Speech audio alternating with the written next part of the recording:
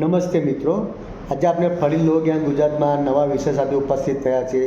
ઘણા લોકોના પ્રશ્નો મૂંઝવતા છે. પોલીસ કોઈ પણ બાબતે આપણને ડરાવતી હોય છે, કોઈ હોટલમાં ગયા હોય કે કોઈ અન્ય જગ્યાએ રહ્યા હોય છે, તો આવા સંજોગોમાં પોલીસો આપણે હેરાન કરતી હોય.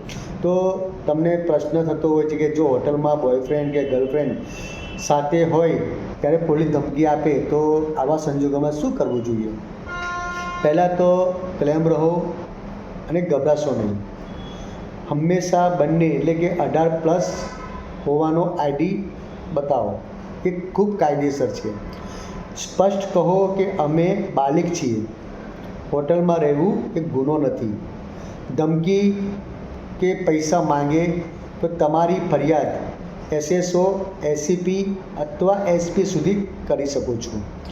સેફ હોય તો ઓડિયો વિડીયો રેકોર્ડ કરો.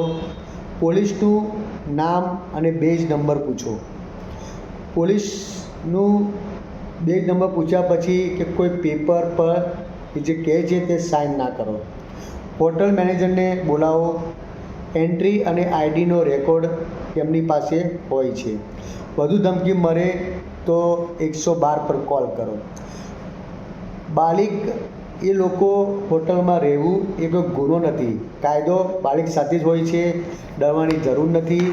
મિત્રો, તમને ખાસ વિનંતી છે કે જ્યારે પણ કોઈ જગ્યાએ જાઓ છો તો પોતાના પુરાવા સહિત રહેવું જોઈએ અને હંમેશા 18+ હોય તો જ હોટલમાં જશો. ધન્યવાદ.